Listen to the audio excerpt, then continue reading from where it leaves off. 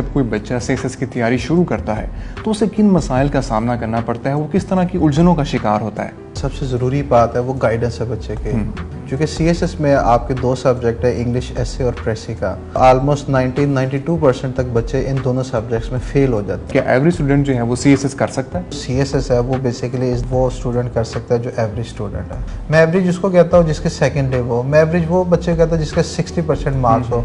CSS का जो examiner है वो आपको 4 जो है वो मेजर्स करता है, वो चीज़ है। सबसे पहले आपका नॉलेज, सेकेंड आ जाता है उसमें ग्रामर। ग्रामर में आपका सेंटेंस, ग्रामर में आपका एक्टिव, पैसिव, पंक्चुएशन। अच्छा, थर्ड जो चीज़ इंपॉर्टेंट है उसमें आ जाती है आपकी वोकैबुलरी।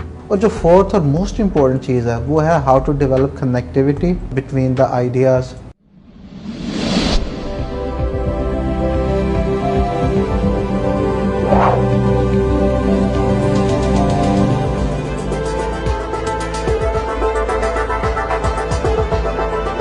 अस्सलाम वालेकुम ख़वातीन व हज़रात, मैं शोएब इमाम एक नई इंटरव्यू के साथ हाजिर खिदमत हूँ।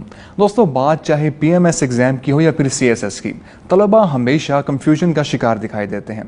वो अक्सर ये सोचते हैं कि हमारा सब्जेक्ट कॉम्बिनेशन क्या होना चाहिए, मेरी तो इंग्लिश ही इतनी अच्छी नहीं कि मैं सीएसएस का एग्ज़ाम दे सकूँ, या फिर स्टडी प्लान क्या होना चाहिए, क्या मेरा IQ इतना अच्छा है कि मैं सीएसएस का एग्ज़ाम दे सकूँ।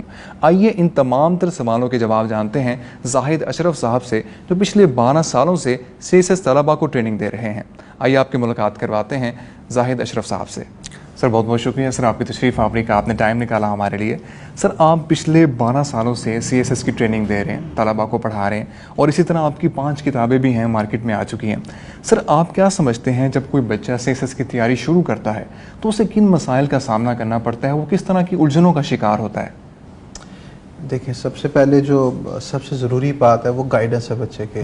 जिस बच्चे ने स्टार्ट करना उसको पता नहीं मैंने स्टार्ट कहाँ से करना है, तो यूजुअली उसके लिए जिस हॉस्टल में वो बच्चा रह रहा होता है वहाँ पे जो इर्द गिर्द बच्चे हैं वो उसके लिए गाइडेंस होती है। और वो वाले बच्चे होते हैं जिनको पता नहीं होता कि उनका सीएसएस होता है या नहीं है। तो सबसे पहले जो इम्पोर्टेंट चीज़ है वो होती है गाइडलाइन। तो गाइडलाइन में अगर सीएसएस के सिलेबस को फॉलो करे, गाइडलाइन में सबसे पहले उसकी इंपॉर्टेंट चीज़ है कि वो इंग्लिश अपने ठीक करें, क्योंकि सीएसएस में आपके 2 सब्जेक्ट है, इंग्लिश एसए और प्रेसी का। और ये वो 2 सब्जेक्ट्स हैं जो ऑलमोस्ट 92% तक बच्चे इन दोनों सब्जेक्ट्स में फेल हो जाते हैं। अच्छा, हाँ, तो मोर देन हमारे 90% इन 2 सब्जेक्ट्स में। तो हमारे पाकिस्तान में कुछ सिस्टम ऐसा एजुकेशन का है कि जिसमें बच्चा पीछे से रॉट लर्निंग और आगे अचानक आगे क्रिएटिव राइटिंग, तो वो इसके ऊपर एडजस्ट नहीं होता। तो स्टार्ट के अंदर बच्चे को चाहिए सबसे पहले इंग्लिश ठीक करे, 3 to 4 मंथ्स। बच्चे की इंग्लिश अच्छी है नहीं है, वो पहले बेसिक्स अपने गो थ्रू करे। बेसिक्स में ये होता है कि वो बच्चे के जो भी इश्यूज हैं टेंसेस के, पैसिव के, वो चीज़ें ठीक हो जाती है। सेकेंड, गाइडलाइन उसके आपने बात की है, तो गाइडलाइन के अंदर जो सीएसएस का सिलेबस है वो सबसे बेहतरीन गाइडलाइन है। फिर तीसरी जो चीज़ है वो आपके पास पेपर। तो अगर आपने इंग्लिश ठीक कर ली, नंबर 2 सिलेबस अच्छे तरीके से कर लिया, और तीसरा सीएसएस के 5-6 सालों के पास पेपर, ये समझे आपके पास ट्रैक है।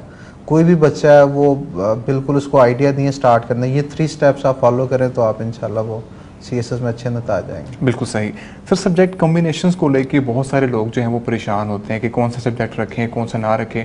बहुत सारे ऐसे लोग होते हैं जो बिल्कुल नए सिरे से कोई सब्जेक्ट रख लेते हैं जो उन्होंने 16 साल तालीम में नहीं पढ़ा होता। इस बारे में आप क्या कहेंगे? चूँकि CSS is the name of the comparative exam, तो इसमें हमने वो सब्जेक्ट्स रखने हैं जो स्कोरिंग हो आपके। अब जो बच्चा होता है जो यूजुअली स्टार्ट करते हैं, चूँकि मैं तो पिछले 10-12 सालों से देख रहा हूँ कि बच्चा जब आता है मेरे पास उसके डिफरेंट सब्जेक्ट्स होते हैं। वो एक जगह पे जाता है, उसके कुछ और सब्जेक्ट्स होते हैं, वो दूसरी जगह पे जाता है, वो वहाँ पे जो ऑफ़र कर रहे थे वो सब्जेक्ट वो उसको खुद नहीं पता चलता। तो सीएसएस की अगर हम बात करें तो हम क्या करते हैं, लास्ट 3-4-5 ईयर्स का डाटा निकालते हैं जो बच्चे टॉप पोजीशन होल्डर हैं। मसलन एक बच्चे ने फर्स्ट पोजीशन ली, उसके देखते हैं सब्जेक्ट कम्बिनेशन क्या है, फिर सेकंड बच्चे ने ली वो क्या होता है, थर्ड ने क्या ली। चूँकि बच्चे होते हैं उनको आइडिया नहीं होता, किसी ने फिलोसफी रख ली है, किसी ने लिटरेचर रख लिया है, किसी ने पर्शियन रख ली है, किसी ने IR रख लिया। तो मेरी ये रिक्वेस्ट है कि जिस तरह अगर आजकल की बात करें तो IR में बच्चों की इतनी ज़्यादा मार पड़ चुकी है कि IR बच्चे को नहीं रखना चाहिए। उसकी जगह जो अच्छा ऑप्शन है वो आपके पास पॉलिटिकल साइंस है। चूँकि 200 का है तो 200 में हमें एक या पॉलिटिकल साइंस या IR या ऑडिटिंग एंड अकाउंटिंग, तो ये 2 थोड़े से टेक्निकल है। तो मैं बच्चों से ये रिकमेंड करूँगा कि आप बेटा पॉलिटिकल साइंस, चूँकि IR में ये भी जो रिज़ल्ट हमारा लास्ट टाइम आया उसमें बहुत बच्चों के कम मार्क्स थे, और जब बहुत ज़्यादा बच्चे ऑप्ट करते हैं तो उससे क्या आता है वो मार्क्स बच्चों को नहीं देते। इसके साथ पॉलिटिकल साइंस के आप जेंडर स्टडीज़ अच्छा सब्जेक्ट है, कोई इतना 10 to 15 क्वेश्चन है, you can easily prepare it. फिर थर्ड के ऊपर आप इंटरनेशनल लॉ, ज़्यादातर बच्चे मैंने देखा है कॉन्स्टिट्यूशन लॉ रखते हैं, मुस्लिम लॉ, इनमें हाँ पहले था 2010 तक इसमें मार्क्स आते थे, अब मार्क्स नहीं आते। तो पहला आपको पॉलिटिकल साइंस, फिर आपके जेंडर स्टडीज़, फिर आपका international law. International law quite simple subject है, कोई लॉ का बैकग्राउंड उसके लिए होना ज़रूरी नहीं है। फिर इसके बाद आपकी इस्लामिक हिस्ट्री। अब मैंने देखा है बच्चे यूएस हिस्ट्री रख रहे हैं, इस साल भी फेल हुए, लास्ट साल भी फेल हुए और उससे लास्ट पे। लेकिन कहा जाता है कि यूएस हिस्ट्री बहुत शॉर्ट है। देखिए यूएस हिस्ट्री आपने रख ली, ठीक है, आप पेपर में बैठे हैं, आपने 10 क्वेश्चन तैयार किए, उसमें से कोई भी नहीं आया तो क्या करेंगे? बिल्कुल सही। उसके अगर आप इस्लामिक हिस्ट्री के बारे में लोगों की ये थोड़ी सी राय है कि यार ये लेंथी, हालांकि लेंथी नहीं है।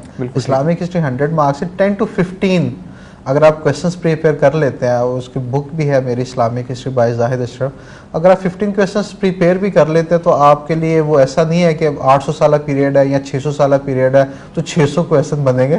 तो इस्लामिक हिस्ट्री चूँकि वो इंस्टीट्यूट ऑफर नहीं करवाते तो इस्लामिक हिस्ट्री एक स्कोरिंग सब्जेक्ट है। हाँ इंडो पाक है, इंडो पाक में मार्क्स नहीं आते चूँकि पाक अफेयर की तरह है, उसमें 40-45। ब्रिटिश हिस्ट्री है वो हमारी हिस्ट्री नहीं है, उसमें भी इतने मार्क्स देते यूएस हिस्ट्री। तो जो आपके पास जो बेटर ऑप्शन है वो आपके पास इस्लामिक हिस्ट्री है। और उसके बाद जो आप 1 या 2 सब्जेक्ट से जो ऑप्शन बच गया है उसमें आप क्रिमिनोलॉजी और गवर्नेंस एंड पॉलिसी। अब कुछ बच्चे पब्लिक एड रख लेते हैं या सोशियोलॉजी का खुद भी टीचर कहते हैं कि यार 40-45 मार्क्स का। बिल्कुल। तो इसमें एक आपसे टिप शेयर करना चाह रहा हूँ, जरूर सर। किसी 4 सब्जेक्ट में 80 मार्क्स ले लें या सब में 60 ले लें तो आपकी वो पोजीशन आएगी जो आपके जहन में। अच्छा। किसी 4 सब्जेक्ट में 80 ले लें, फॉर एग्जांपल मैं अगर सीएसएस की तैयारी करनी है तो मैंने फोकस करना है कि यार Islamic history I should get 80 marks. अच्छा मैंने जेंडर स्टडी मैंने 80 लेने, इसमें किसी 4 में 80 ले लें या सब में 60 ले लें तो आपकी वो पोजीशन होगी जो आपके जहन में होगी। ज़्यादातर बच्चों में पुलिस ग्रुप होता है, ज़्यादा के वो होता है डीएमजी ग्रुप होता है, सही फॉरेन सर्विस, तो आपके इतने मार्क्स से ये आ जाता है। बिल्कुल सही। अच्छा सर, एक बड़ा जो है ये क्वेश्चन होता है सबके जहन में, जी आपका आईक्यू बहुत ज़्यादा हाई होना चाहिए तब आप सीएसएस कर सकते हैं, एवरेज स्टूडेंट का जो है वो काम नहीं है सीएसएस करना। आप क्या कहते हैं कि एवरेज स्टूडेंट जो है वो सीएसएस कर सकता है? एक बात पे आपसे क्लियर कर दूं कि जो सीएसएस है वो बेसिकली इज़ द वो स्टूडेंट कर सकता है जो एवरेज स्टूडेंट है। Average student. इसके लिए मैंने अपना एक्सपीरियंस अगर मैं आपके साथ शेयर करूं, मेरे पास वो भी बच्चे हैं जिन्होंने 100, 200, 500 एंड 1000 बुक्स पढ़ी हैं, लेकिन बेचारे वो ऐसे और प्रेसे में नहीं पास हुए। क्यों? एग्जामिनर ने पूछा आपसे 3 घंटे में, उस बेचारे ने पूरी बुक पढ़ी है, वो एक 3 घंटे में पूरी बुक की एक्सप्लेन करता रहा और उसने कोई कंक्लूजन, कोई उसकी एंडिंग नहीं की, वो बेचारा नहीं हुआ। अच्छा एक बिल्कुल निकम्मा बच्चा है, उस बेचारे को कुछ नहीं आती, वो भी नहीं। तो एक एवरेज, मैं एवरेज किसको कहता हूँ? जो मेहनती हो। मैं एवरेज उसको कहता हूँ जिसके सेकंड डे हो। मैं एवरेज वो बच्चे कहता हूँ जिसके 60% मार्क्स हो। मैं वो एवरेज स्टूडेंट कहता हूँ जो लगा रहता है। तो मैंने देखे इसमें अगर पासिंग रेशियो की बात की जाए तो इसमें ज़्यादातर बच्चे एक्स्ट्राऑर्डिनरी भी होते हैं, ये नहीं मैं कह रहा कि वो बिल्कुल नहीं होते, वो भी होते हैं, लेकिन जो हमारे ज़्यादातर बच्चे होते हैं वो मेहनती, जो हार्ड वर्किंग होते हैं और जो आपके 50-60% मार्क्स, अक्सर बच्चों को आता है कि यार 45 है तो वो बेसिकली आर्मी के अंदर वो आपके मार्क्स मेजर होते हैं, यहाँ पे नहीं होता है। यहाँ पे आपके रिटर्न में 720 है तो उन्होंने आपके रिटर्न के 720 देखने हैं, उन्होंने ये नहीं देखना कि अच्छा आपके मैट्रिक में कितने थे, इंटरमीडिएट में। तो यहाँ पे मैट्रिक, इंटरमीडिएट, ग्रेजुएशन, मास्टर्स के मार्क्स नहीं देखे जाते हैं। हाँ जो रिटर्न में आपने स्कोर किया होता है 750 है वो आपको उन्होंने देखना, प्लस 300 आपके इंटरव्यू का, तो इससे आपका वो बनता है एग्रीगेट। बिल्कुल सही। अगर हम पर्टिकुलरली अब इंग्लिश की बात करें तो अगर हम ग्रेजुएशन तक की बात करें या मास्टर्स तक की बात करें तो लोग बड़ी आसानी से इंग्लिश को पास करके निकल जाते हैं, लेकिन अगर हम सीएसएस की बात करें तो 98% जो हैं वो फेल हो जाते हैं।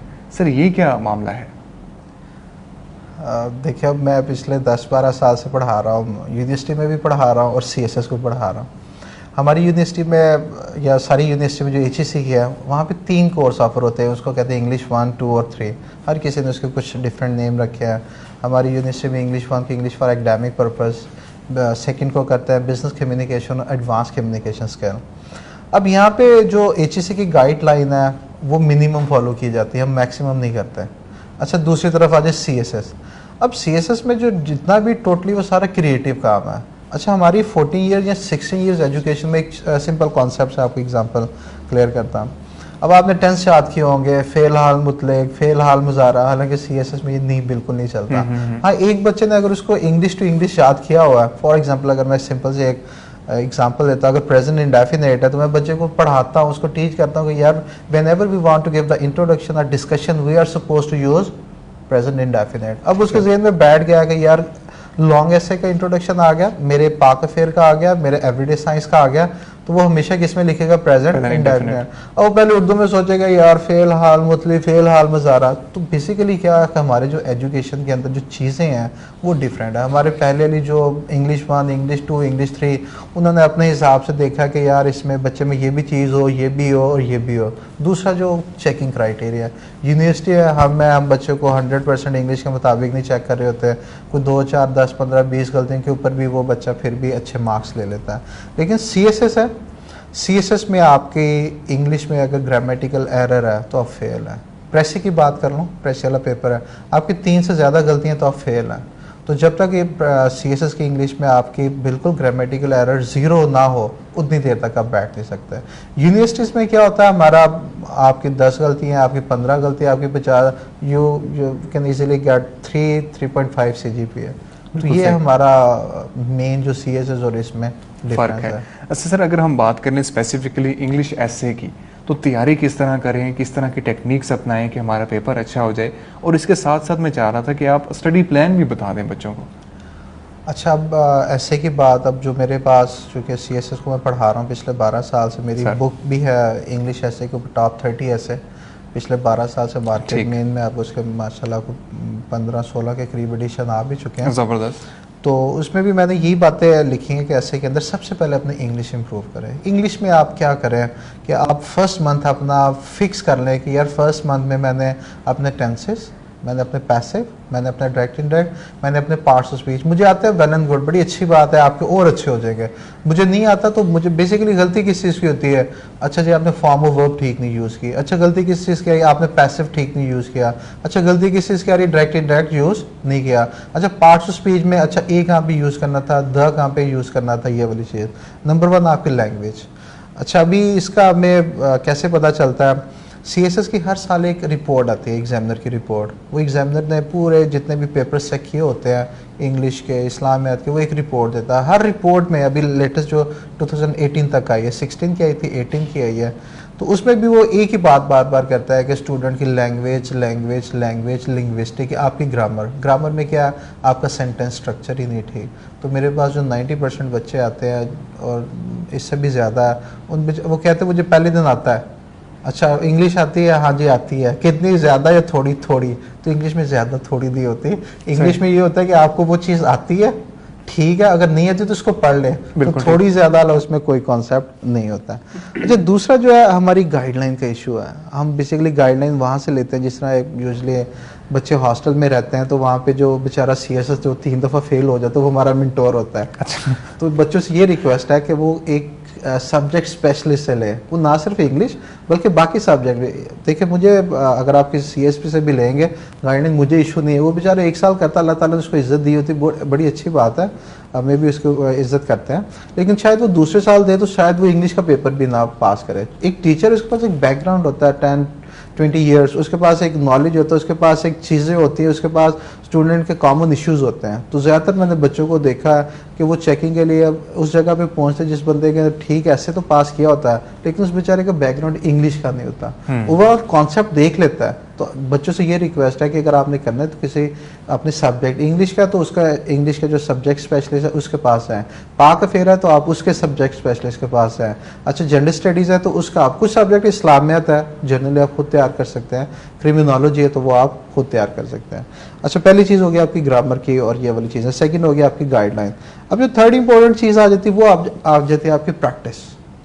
अब मैंने सीएसएस करना है तो कम से कम 12 to 15 लॉन्ग ऐसे, 12 से 15 लॉन्ग ऐसे, और वो उस बंदे को चेक करवाएं जिसका रेलिवेंट एक्सपीरियंस जो है। जिस तरह मेरी आप बुक है टॉप 30 ऐसे, उसमें मैंने तकरीबन 30 के करीब एसेस लिखे हैं। तो उसमें से हर साल 2020 में आप देख लें 2 ऐसे आए हैं, 2019 में देख लें 3 ऐसे हैं, पीछे आप चले जाएं पीएमएस आप ले लें 2019 का, इससे पीछे जितने भी हैं, तो मेरी बुक में से 1-2 ऐसे आए हैं। तो ये एक आप लोगों के लिए मटेरियल है जिसमें मैंने स्टूडेंट के स्टार्ट के अंदर 8-10 पेजेस उनके बेसिक इश्यूज वो क्या होते हैं। उसके बाद तीसरी जो चीज़ है, आप 10 से 15 एसेस लिखे हैं, लेकिन वहाँ पे उसको असेस करवाएं जहाँ पे आपको उसका सही फीडबैक हो। मैंने अक्सर देखा बच्चा कहाँ पे फेल होता है, जहाँ पे उसकी आउटलाइन ठीक नहीं होती। आपका 99% जो होता है वो आउटलाइन पे है। पहले मैं होता था बच्चे को यार पूरा ऐसे लिख के ले आना, आउटलाइन खराब, सारा उसका आगे खराब, मैं चेक करी जा रहा हूँ। अब मैं कहता हूँ पहले आउटलाइन, उसके बाद जो सेकंड इंपॉर्टेंट है बॉडी पैराग्राफ। इंट्रो कंक्लूजन को ना आप टच करें। बॉडी पैराग्राफ में आप उसको थोड़ा सा समझे, टॉपिक सेंटेंस क्या होता है, स्पोर्टिंग क्या होता है, एनालिसिस क्या आता है, और कंक्लूजन बॉडी पैराग्राफ की भी बात कर रहा हूँ। थोड़ी सी ये प्रैक्टिस करें।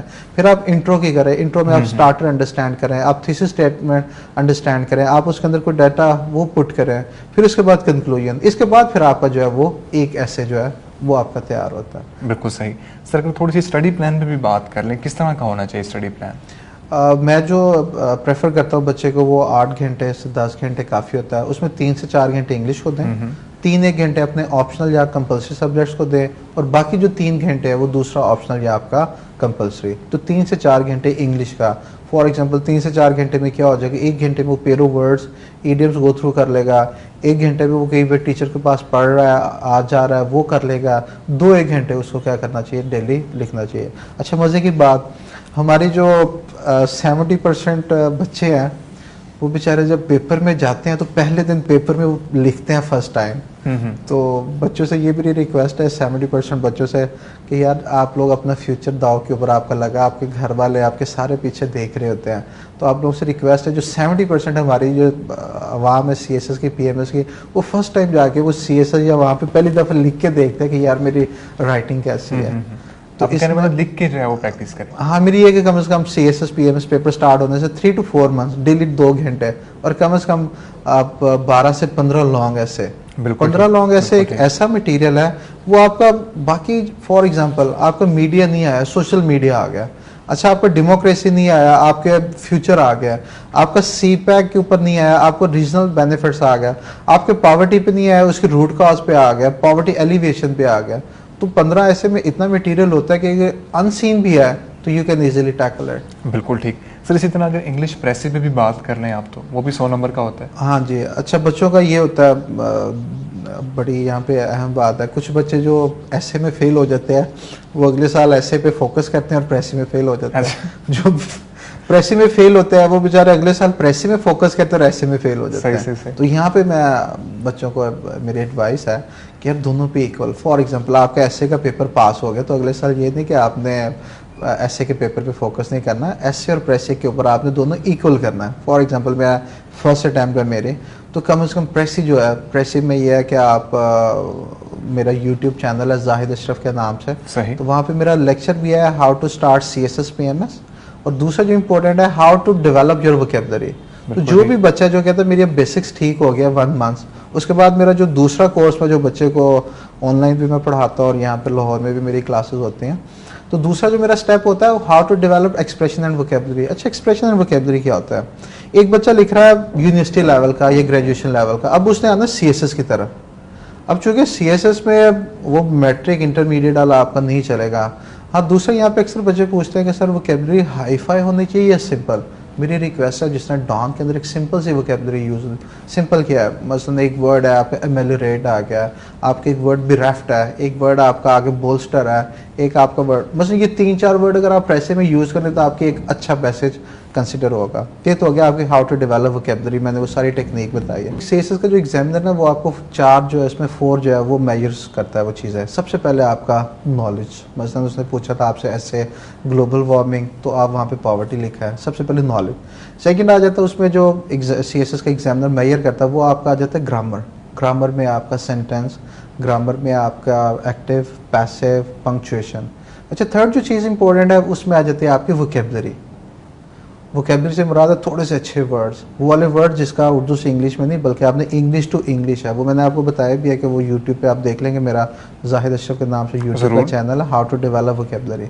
और जो फोर्थ और मोस्ट इंपॉर्टेंट चीज़ है वो है how to develop connectivity between the ideas, कि एक पैराग्राफ के अंदर आपने अगर 5-6 या 7-8-10 सेंटेंस लिखे हैं, उनकी आपस में कनेक्टिविटी कैसी है। तो पेपर में ये 4 चीज़ों के ऊपर वो एग्जामिनर आपको मेजर करता है। अच्छा, प्रेसी का बता रहा था आपको, तो प्रेसी स्टार्ट करने से पहले हम क्या करते हैं, अपनी वोकेबलरी बिल्ड करते हैं। उसके लिए जो एक्टिविटीज़ आप कर सकते हैं, डॉन के एडिटोरियल, उसको आप पढ़ के 3 दफ़ा, उसके बाद उसका वो प्रेसी बनाएं, और उसके बाद जो सबसे अच्छी टेक्निक है वो CSS के पास पेपर 1990 से आप स्टार्ट हो और 2020 तक रोज़ाना चेक करवाएं किसी टीचर से, उसका फीडबैक लें। सिमिलर अप्रोच है आपकी कॉम्प्रीहेंशन के लिए, उसके भी 20 ईयर्स का है। अच्छा, इसके बाद सबसे इंपॉर्टेंट चीज़ आ जाती है आपकी पेरो वर्ड्स, ईडियम्स, और ये जो आपके हैं यहाँ पे बच्चे फॉर एग्जांपल पेपर में आ जाते हैं एक पेरो वर्ड एबल, वो कहते हैं he is an able teacher, बच्चे के 0 मार्क्स हैं। तो जब भी आपने एबल लिखना है तो आपने 2 से 3 सेंटेंस ऐसे बनाने हैं जिसमें सिचुएशन क्लियर हो।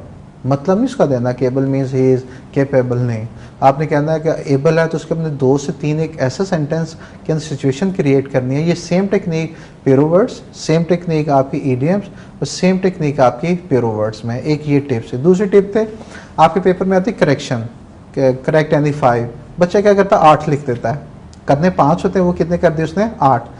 अब एग्जामिनर क्या करता है 5 के नीचे लाइन लगाते, निचले 3 वैसे ही क्रॉस कर देता है। हो सकता है वो 3 आपके ज़्यादा ठीक हो। तो आपने करेक्शन में, आपने प्योरो वर्ड्स में, आपने ईडियम्स में, आपने डायरेक्ट इनडायरेक्ट में, आपने पैसिव के, तो जितने भी वो कहता है करेक्ट एनी 5, तो आपने सिर्फ वही 5 करने हैं, 6, 7, 8 को आपने नहीं करना। तो ये आपके पेपर बी के लिए टेक्निक। बिल्कुल ठीक सर। मैं चाह रहा था कि आप अपने जो ऑनलाइन आपकी एकेडमी है, इस वक्त तो ऑनलाइन चल रहा है लॉकडाउन की वजह से, उसका नाम वगैरह बता दें, तारुफ थोड़ा सा बता दें हमारे व्यूअर्स के लिए, और अपनी किताबों के नाम 1 बाय 1 बता दें। मेरा CSS का जो पेज भी बना हुआ है, एक मेरे नाम से भी बना हुआ है CSS with sir Zahid Ashraf. एक मेरा पेज बना हुआ है फेसबुक के ऊपर CSS एस्पिरेंट अपॉर्चुनिटी, वो मैं लिंक भी इनसे शेयर कर लेता हूँ।